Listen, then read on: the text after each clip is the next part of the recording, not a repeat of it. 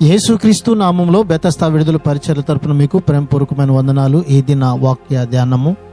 మేము జరిగిన సంగతియే చెప్పుచున్నాము, చూచిన దానికే సాక్ష్యం ఇచ్చుచూ ఉన్నాము.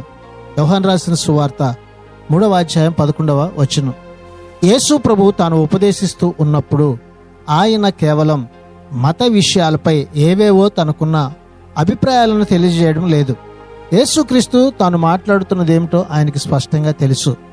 ఆయన ఎల్లప్పుడూ దైవికమైన అధికారముతో కూడిన మాటలే మాట్లాడతాడు.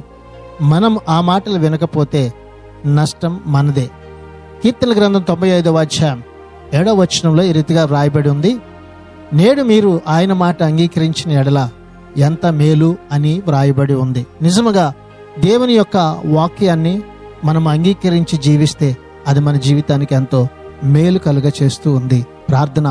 మహాపరిశుద్ధుడా, మహోన్నతుడా, జీవాధిపతి, మా మంచి యేసయ్య, మరొక నూతన దినాన్ని మాకిచ్చినందుకు నీకు వందనాలు, స్తోత్రాలు చెల్లిస్తూ మేము ఎల్లప్పుడూ కూడా ప్రభువా నీ మాటకి విధేయులమై జీవిస్తూ నీ ఉన్నతమైనటువంటి ఆశీర్వాదంలో ముందుకి కొనసాగునట్లుగా ఈ దినాన ఈ నీ ప్రజలందరినీ దీవించి ఆశీర్వదించమని యేసు పరిశుద్ధ నామములో ప్రార్థించి అడిగి వేడుకుంటున్నాము తండ్రి.